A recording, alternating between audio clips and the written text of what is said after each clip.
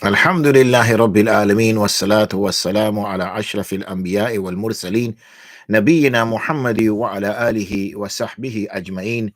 Amma ba'du, assalamu alaikum wa rahmatullahi wa barakatuh, and welcome to our daily fiqh hour.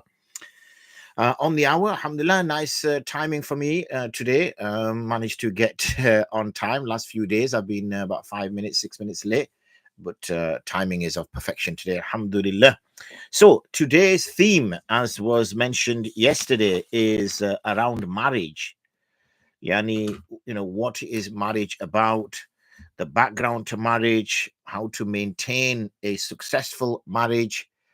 What are the pitfalls to watch out for potentially in marriage? And what is probably one of the most important areas in marriage is conflict resolution and ensuring that the marriage continues. So that's going to be the topic of the day. Let's just give a little bit of a background brief. We know as humans, as we reach the age of puberty or around the age of puberty, sometimes earlier, we start to show an interest towards the opposite gender. That is obviously if there is some direction and guidance in our approach as to what is considered in our societies and communities as appropriate from an Islamic perspective. Then, obviously, because of the fact that most of us will be in school till 16 and possibly even up until 18, then marriage is not usually something which is considered usually up until 18. After 18, it is something which is considered.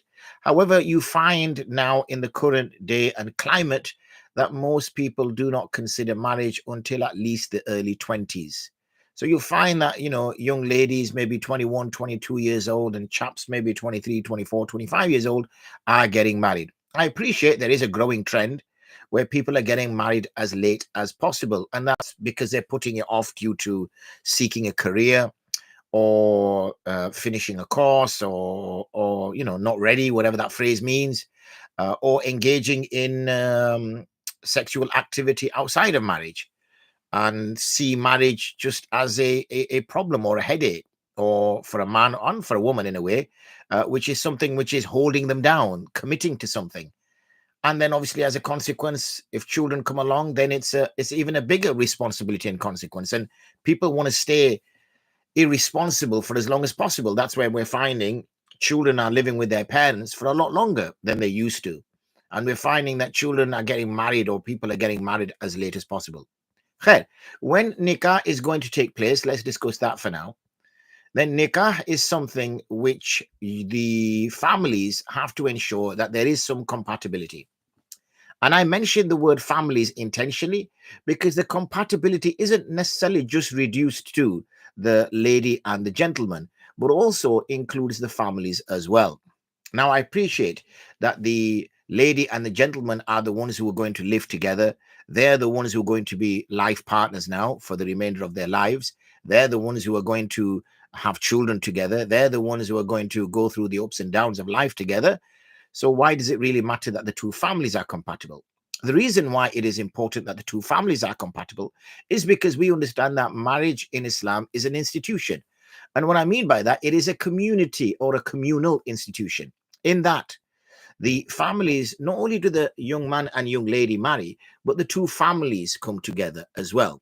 And by now extension, all the relatives of his wife are kind of now his relatives, and all his relatives are now her relatives through marriage. So this is how the now, if you get one family that is somewhat irreligious, or don't take their religion very seriously, very kind of academically inspired, want their women to study to a very late age, quite comfortable if there is no covering. And then you get the other family who do take the religious more seriously, who are concerned about having, for example, a mixed wedding or having music in their wedding or things like that. Now, clearly from the outset, there's no compatibility here. Let's just put it out there. Not only is there no compatibility here, the other issue that one has to face is that one might say, well, this is only at the time of the marriage. So what? Okay, there's going to be differences, but at least then they can live together. No, this is going to be a long-term thing. Why is it going to be a long-term thing? Because you got two people now with different philosophies who are going to try to raise their children in a very different way. So you're going to get, for example, one family that wants to try to raise their child in a certain way. And you've got the other chap or the chapess who's trying to raise the children another way. And now you're going to get conflict again. Now, please don't misunderstand. We're not saying that the two people should be exactly the same. No, nothing at all. But rather that the two people should be compatible. Okay, they don't have to have the same personality. They don't have to have the same behaviors. In fact, life would be a little bit dull if the wife and the husband were exactly the same. It's good that there's slight difference, because at least then with the children, there's a different input, an input coming in from the wife and an input coming from the husband. So like or one from the mother and one from the father. So like in my case, obviously, my wife's personality is different than mine, and she can contribute to our children in a completely different way than I can contribute to our children. But between the two of us, they get a wholesome kind of, a family kind of connection, which is important. However, principally, my wife and I are on the same page. Yani how we raise our children, what we deem as important, even though, alhamdulillah, all my children are now already grown up, the raising has been done, so to speak. I don't think there's going to be any more raising now. But the point I'm making is that, that principally we're all on the same page. But really, it's a case of on the issues of how those children grow. That's why it's very, very important in practice. Now, obviously, there's going to be times where in marriage, people are going to disagree, people are going to argue, and that's not something which is a problem. I call arguing the cupping of a marriage, meaning that if you argue, then this is normal. This is just letting the bad blood out, not the blood. Sound like some Rastafarian as we're going into that mode, but it lets the bad blood out. Okay, and there's nothing wrong with letting out bad blood every now and then. Okay, and the other way I describe it is that it's clearing the phlegm from the chest, which again is not a problem. However, if this becomes very regular and it is quite heavy, it's quite a heavy argument, then you are unfortunately, carrying on with that same analogy, potentially hemorrhaging the marriage. And what I mean by hemorrhaging the marriage is that you're going to push it to such an extent where sooner or later there is no blood left in the marriage, meaning there is no life left in the marriage, meaning that the marriage is now, in difficult waters. How can you get marriage to work? Well, there's the basic principles, really. Trust, reliability, supporting one another, not kind of divvying up things. We sometimes use Islam in a way to say, oh, well, Islam gives me the right to sit here when I get in from work, put my feet up on the table and click my fingers, and you're supposed to rush and bring my warm food for me. There is no way in Islam that that's what is supposed to happen. Okay, this is again a discussion, an agreement between husband and wife as to how they see the way they're going to run the family. So if there's an agreement that, okay, I'm going to go out to work and I will earn the money, the chap says, and the lady says absolutely fine, and she then offers herself that, you know what, I'm going to maintain the house. We can't afford to get a cleaner, we can't afford to bring somebody in to do it, so I will clean the house and I don't mind cooking as well. But what I would like is that sometimes on weekends, if you can give me a hand, and the man might turn around and say, oh, well, I'm not working. Weekends are the only holidays I get. The wife could easily turn around and say, well, at least you get a holiday, because I don't get any holidays. I'm always working. So there has to be, you see, this is where then again, if people aren't understanding, if people aren't supportive, then there's going to be a reason for an argument. Now, again, if the chap is the chap is the aggressor or the stronger of the two, then he might force his will on his wife and say, well, that's the way it is, like a lumpy, and that's it. And that's just shutting down the conversation. It doesn't really reach to a suitable conclusion, and one which obviously is going to bring to the happiness and satisfaction of all members of the family. As the children come into the house, then it's important for the father, the husband, to be making mashwara on decisions. It's not that he should be making decisions unilaterally. That's wrong. Yes, he is the Amir of the house, but the Amir doesn't mean that he makes unilateral decisions. A good Amir will take mashwara from his family. He'll speak to his wife, he'll speak to his children about a particular matter. He'll take on all the facts on board. Once he has done that, he will then seek help from Allah, make istikhara, and make a decision. He will then share that decision with his family to say, look, this is what we've decided. Any comments? and he will now invite any comments from his family to see what they have to say. If they say, fine, we understand why you made this decision, he's explained himself, he's told them why he's made that decision, and they've got it, and they will support him. A person acts as a tyrant, then nobody's going to support. They're only going to do that in fear. As they grow up, they start challenging their parents. Why is this? Why are they challenging me for? And then they blame the schools, they blame their cousins, they blame everybody else but themselves. Now, if children had been raised on love, if children had been raised on respect, then what you'll find is those very same children will be more supportive in those decisions that need to be made. So that is a mukhtasar I wanted to speak about in terms of marriage. It's been quiet because we do get the odd quiet days, mashallah. It looks like today is one of those quiet days. But if you do have some questions just around that topic, then please feel free to ask them. Whilst you are asking those questions, I'm just going to check on our Markaz Liftah wal Qada to see if we've had any questions, because I know we had some questions in. So let's pick them up. Assalamu alaikum, Mufsab. Question regarding free mixing. Would sitting in a room with your brothers and their wives be classified as free mixing? Also, would they need to adhere to wearing their niqabs in front of their husband's brothers? Okay, so let's break this down and answer it in bits. The husband's brothers are Ghair mahram to the woman. So basically, the woman who is married to, say, Fatima is married to Abdullah. Also, they need to adhere to when it comes in front of their husband's brothers. Yeah.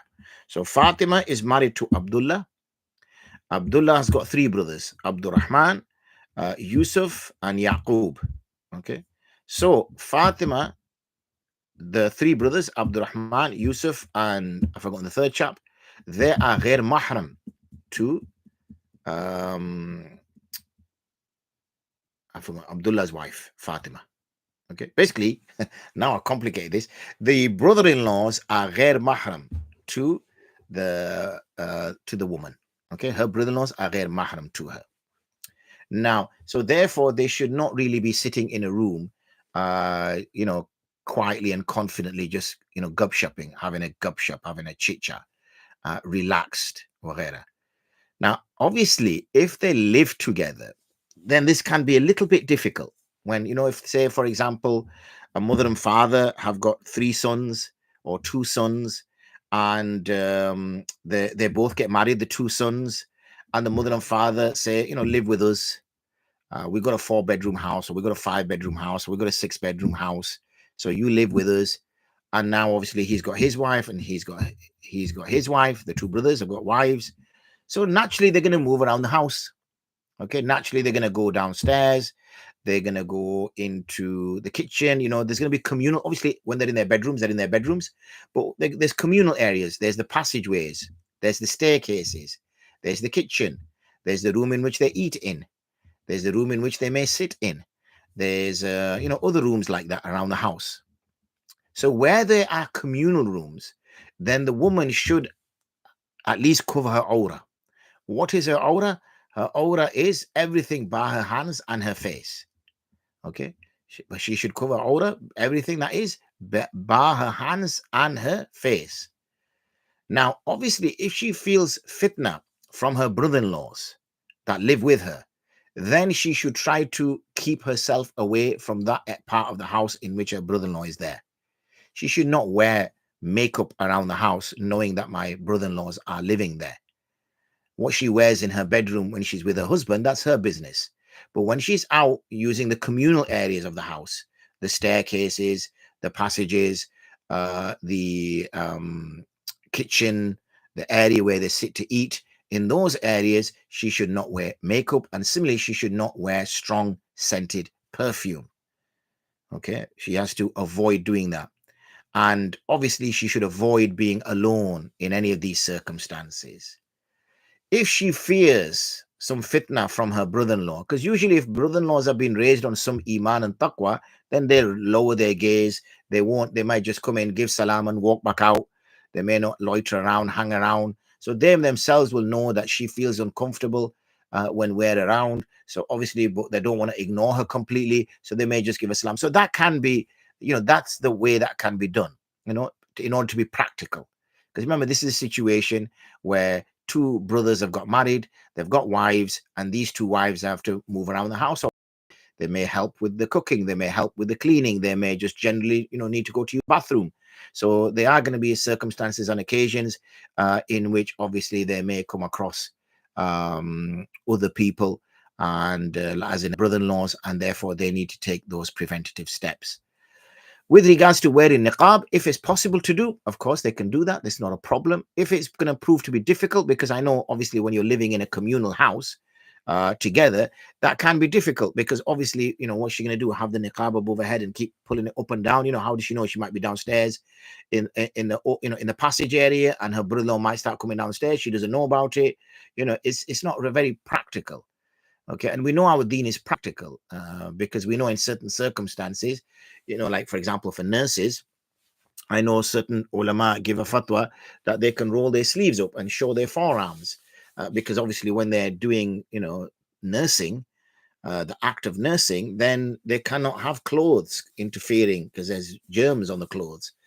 So they have to have their, usually their short sleeves and they wear gloves in order that they don't, infect an open wound or something like that. So there is that out of sort of necessity. So again, a woman who's with her brother-in-laws, she will take the preventative steps that she can possibly do in order to understand on the principle that her brother-in-law is ghair mahram for her. What she can't do is sit casually and chit-chat with him and joke with him and laugh with him and whatever, because that is inappropriate and that is going to lead to potential, he might start comparing his wife to his sister-in-law. It's natural, human nature, isn't it? Or she might start comparing her husband to her brother-in-law and think, I got the wrong guy. My husband just, grunts and, doesn't make no comment when I, speak to him, and he just, shrugs his shoulders and shut up, I'm watching this and whatever. And yet my brother-in-law, we can talk, we connect, we have a nice, chit chat, it's friendly, he's got a nice sense of humor, and that's it. Now she can start having feelings towards this guy. Okay. And similarly, putting it the other way around. If a man is married to his wife and then his brother's wife is also there and he's talking to his wife, and his wife is maybe from Pakistan, and as he's talking to her, she's obviously got a different culture and she doesn't really connect with him. She's, she's good, she's obedient, all the rest of it, but she's not, she's got nothing to really chit chat with. And yet his brother's wife is from England and he can have a right chat with her. So naturally feelings start to come in. So we have to be very, very careful. Okay, very careful. And especially if you're living with that person, there is an easier chance for zina than with a complete stranger. Okay, people don't commit zina with complete strangers. People commit zina with people they know. So that's, a warning that we have to be very, very careful about, that it can happen. And we should take all the preventative measures that are available to us in order to stop that happening. And therefore, we cut all small talk, give salam if that's, if that's necessary, so that at least people don't think we're rude or there's no friction, and that's it. We don't need to sit in that room. If for whatever reason, the mother's fallen and we've all ended up in the room for that time being, then, as long as we're not making, contact, looking at each other, staring at each other, and we all understand the decorum and the behavior that should be conducted around a ghair mahram, then everything is fine. One doesn't need to go as far as a niqab. But if the sister finds that my brother-in-law is looking at me in a strange way, he's kind of not flirting with me, but he's kind of bordering on flirting with me, I don't feel comfortable around him, then of course you should practice a niqab or not be around him at all, or say to a husband that I'm only going to come downstairs or be around communal areas when you're at home, whatever she feels is appropriate. And obviously the men folk shouldn't be making, long eye contact with their sister-in-laws. If they feel they need to give salam, they should give salam. Ask them how they are so people don't think they're rude or disrespectful.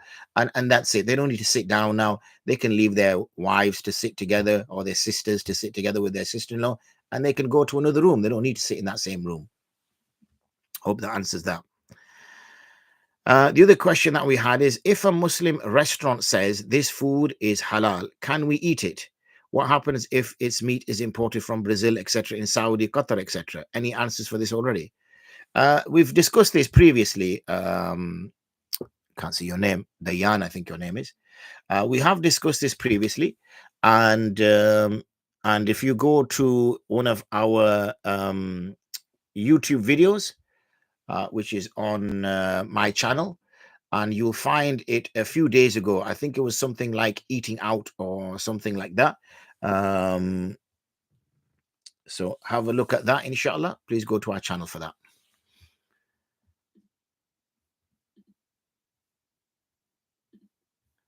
We had a question yesterday from a sister, which was that she mentioned that in Sunnah Ghair Muakadah, like for example the 4 rakats of Asr, the 4 rakats before Asr Fard, and the 4 rakats before Isha Fard, that in there, obviously, we have, is there a practice of praying tashahud, praying durood upon the Prophet ﷺ after the tashahud in the 2nd rakat, and then when you stand up for the 3rd rakat, that you should pray thana and ta'awuz again. Now, obviously, when it mentioned to me yesterday, I said I cannot recall anything of such nature in all my years, and I was pretty sure about that.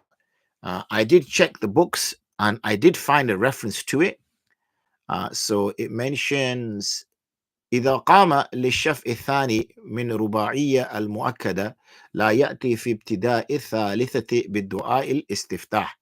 That when a person stands for the 2nd pair of a 4 rakat stressed sunnah, emphasized sunnah, then he will not bring in the beginning of the 3rd rakat with the supplication of istiftah, yani thana, kama fi Fath al-Qadir, like it's mentioned in the book Fath al-Qadir, وهو الأصح, and that's the more sound opinion.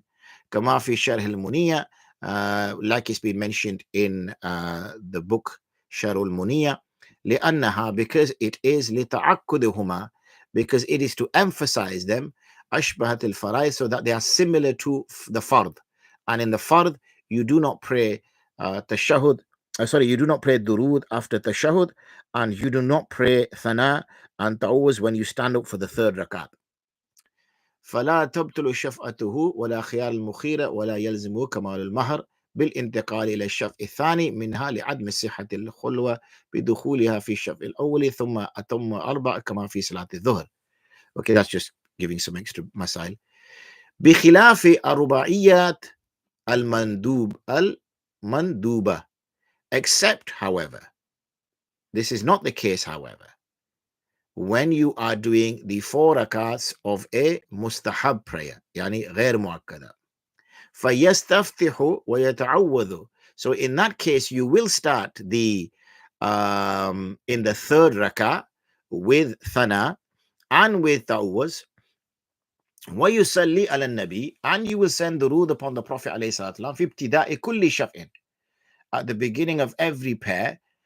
Where we gone? I've just jumped. Yeah. وقال في شرح المنية مسألة الاستفتاح, and it is mentioned in the book شرح المنية that the mas'ala of istiftah and those linked with it, يعني ta'awuz and durud, ليست مروية عن المتقدمين. This has not been transmitted from the al-mutaqaddimin, من الأئمة, from our أئمة. يعني you do not find it in the Salaf al-Salihin, يعني amongst the fuqaha of the madhab, amongst the founding members of the madhab, this mas'ala does not exist. Hence the reason why I didn't remember it. Alhamdulillah. وإنما هي اختيار بعض المتأخرين. However, it is a preference of some of the متأخرين, and we do not give fatwa on this. So there is no need to pray. There is no need to pray durood after tashahud in the 2nd rakat, nor there is a need to pray thana and ta'awuz at the beginning of the 3rd rakat in a sunnah ghair mu'akkada, which was suggested yesterday, or inquisited or inquired about yesterday in our Q&A yesterday. Okay, and that's that, alhamdulillah. So we've cleared all them. Very quiet on YouTube. No questions come through so far. Okay. So we'll give a few minutes for the questions to come through. And in the meantime, we're seeing questions getting posted.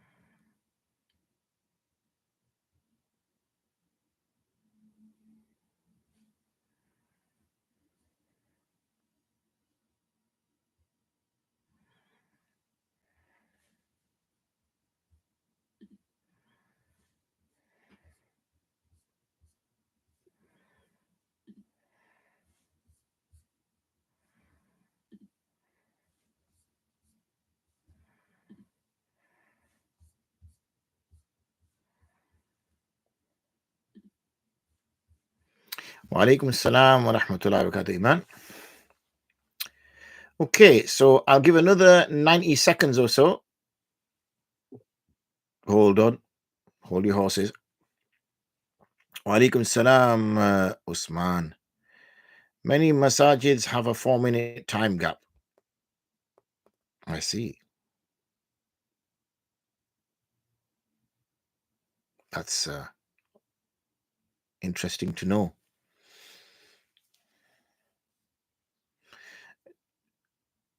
Between Suhoor and Fajr Adhan. I see. You're typing in bits.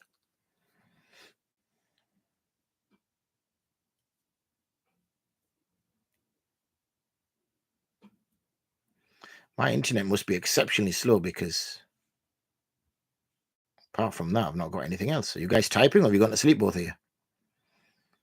Oh, should this be common practice to safeguard people's fast? Okay. So when it comes to the end of Suhoor time, then obviously we try to err on the side of caution in the sense that we stop eating as slightly earlier just to be on the safe side. And also when it comes to praying Fajr, then it is better again to err on the side of caution and pray it, definitely where we're sure that it started. Hence the reason why you might find in certain masajids a small gap between Suhoor ending and the Azan starting. So for example, let's just make a number up. If Fajr Azan is at 4 a.m., you might find in some masjids they put down 3:56 end of Suhoor.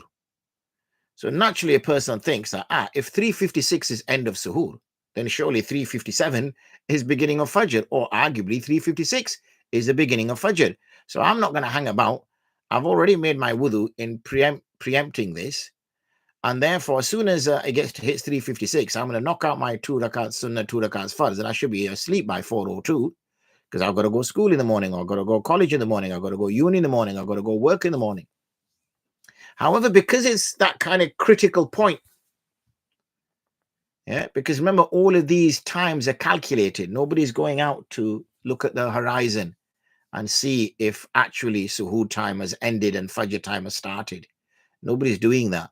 What we're doing is we're basing this on calculated data, projected calculated data, where the astronomers use algorithms to predict what their times would be for Fajr. So therefore, you'll find that some massages will have this little gap. Okay. So if that little gap exists, brilliant. If it doesn't exist, then what I would do is whatever your timetable says, which says about stop eating, then stop eating, and then just wait a few minutes, maybe go gargle your mouth. But most people don't eat up till the right end of Suhoor, but maybe just, stretch your legs a little bit, whatever, That's obviously for people who are praying at home. For people who are going to the masjid, you'll find there's a 10-15 minute gap then anyway. So then obviously you can walk it to the masjid if you're not already there, and then pray your Fajr, you'll be okay. But for those of us who are at home, the sisters, Ghair, then obviously they may just, as soon as they stop eating, they may stand up to pray Salah. So you can't just, be precautious. Would it technically be wrong? No. If you have a timetable and on there it says 3:56 end of Suhoor time and 3:56 start of Fajr, and you did that, then you would be absolutely fine, because you're going by the timetable your masjid has provided you. That's absolutely fine.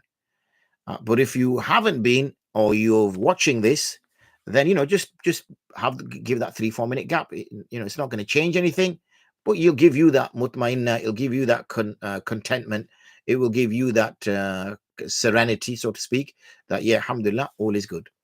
Okay, all is good. Excellent. Thanks very much for that, Osman. We're all waiting, Iman, for your suggestion for a theme. Oh, here it comes.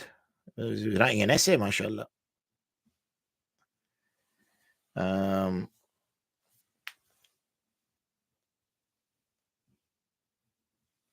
So here we go. Goodness me. It's like London buses, isn't it? Theme suggestion. What is the role of miracles in confirming the authenticity of Prophet in Islam? I like it.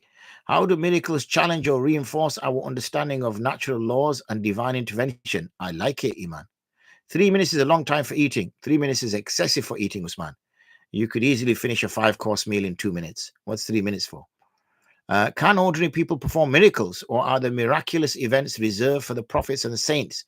How do skeptics and rationalists reconcile the concept of miracles and scientific principles with scientific principle and empirical evidence? Excellent. You know where you're going to send that, or you, man? Send that to me, inshallah, and I will have that, and I will add that to the list.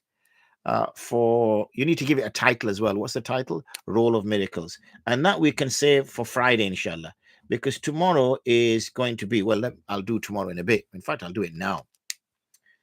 So in the next fiqh hour, we will speak about wealth distribution, meaning how should and is wealth distributed according to Islamic principles. We know we have, for example, communism that has an approach, capitalism that has an approach, and arguably, let's keep the C's going, consumerism that has an approach.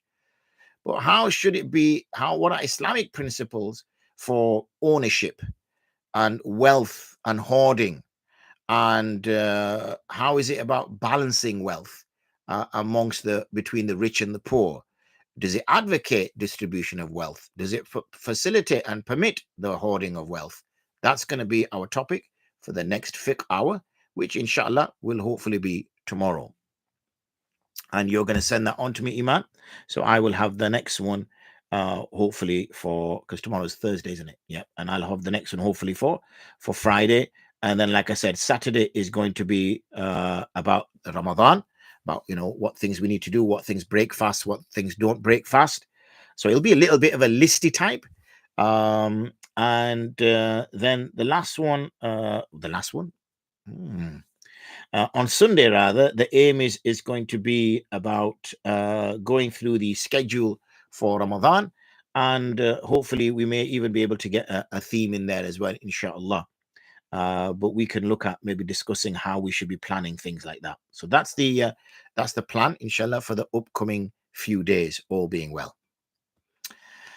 That's a very interesting subject. Always been curious on Islamic take for wealth distribution. Excellent. You came to the right place, Iman, inshallah. Hopefully we will enlighten you to the best of our ability in the next session, inshallah. So I will allow my internet to take on any more questions which come in.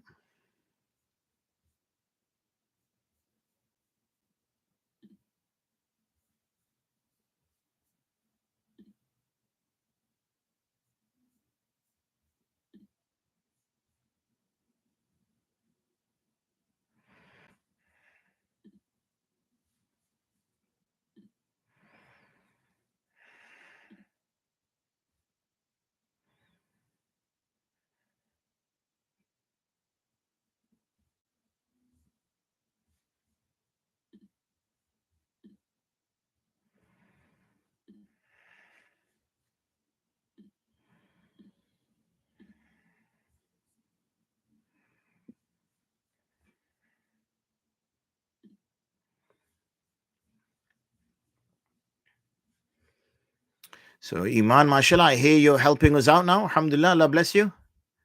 What I'm going to do is, as I always do I always say this as I always do every day, which I don't do every day, but I say it anyway, is share with you the volunteers connect. So at least those of you who wish to support our work can support. And the rest of you can be cannot, I guess.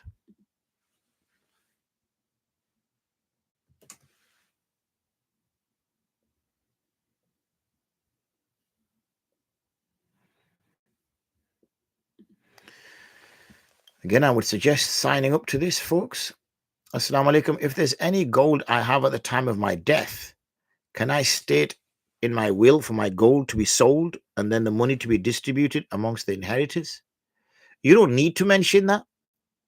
That's what will happen because your estate, or in the Arabic is referred to as your tariqah, is your estate, will all be distributed according. All you need to do is write in your will that distribute my estate according to the Sharia. That's it. Then that should be fine.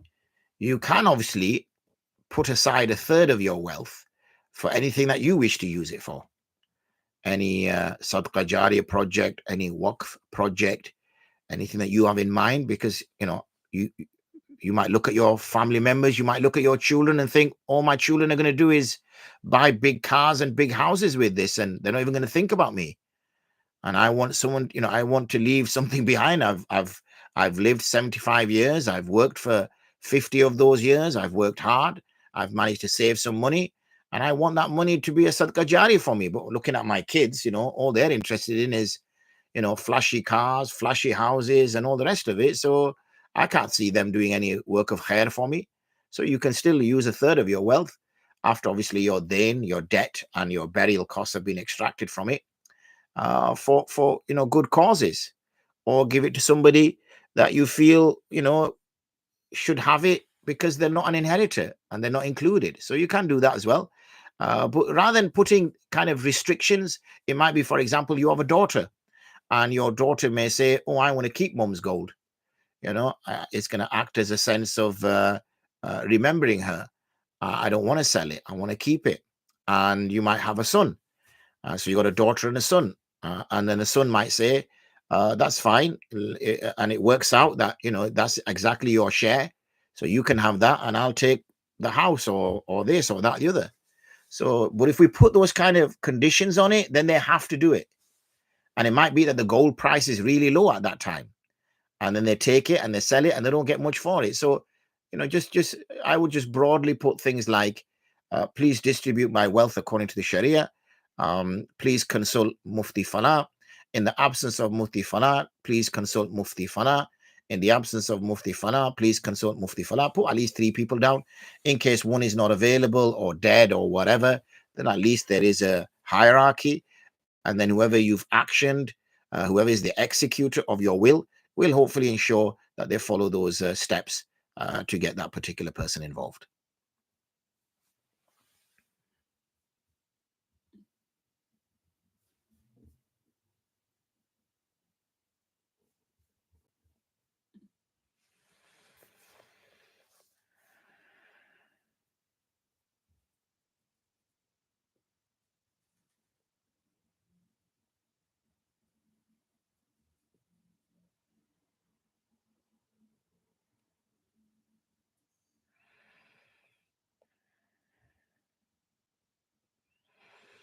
Okay, I'll give you another minute or so, inshallah. And if all has been satisfied, then we can jump off, inshallah.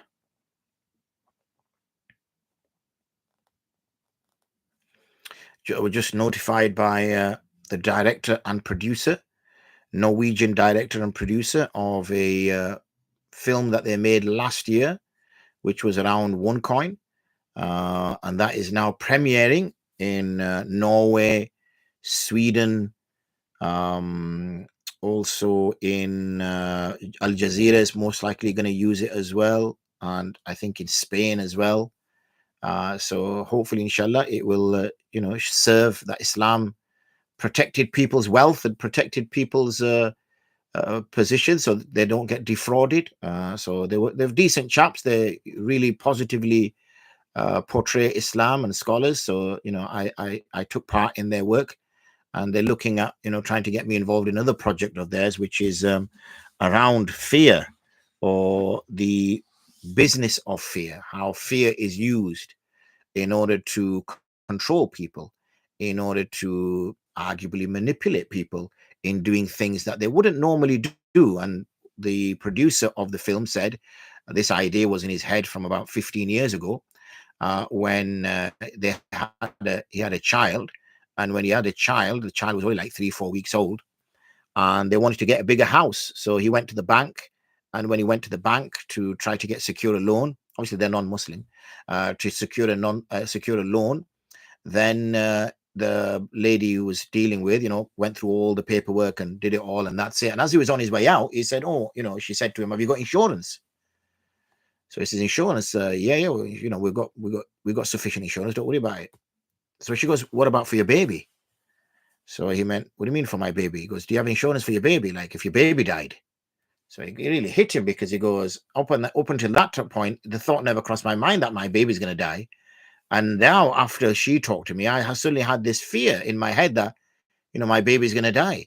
What if this happens? What if that happens? And the fear factor came in. So anyway, he goes, when I went back, I closed all my accounts with that bank, and I moved to another bank, because I'm not going to be sort of treated that way. So hopefully, inshallah, we're going to start conversations about this new film, hopefully after Ramadan, and see how we can, again, give a positive portrayal of Muslims, and also humanize ulama as well, inshallah.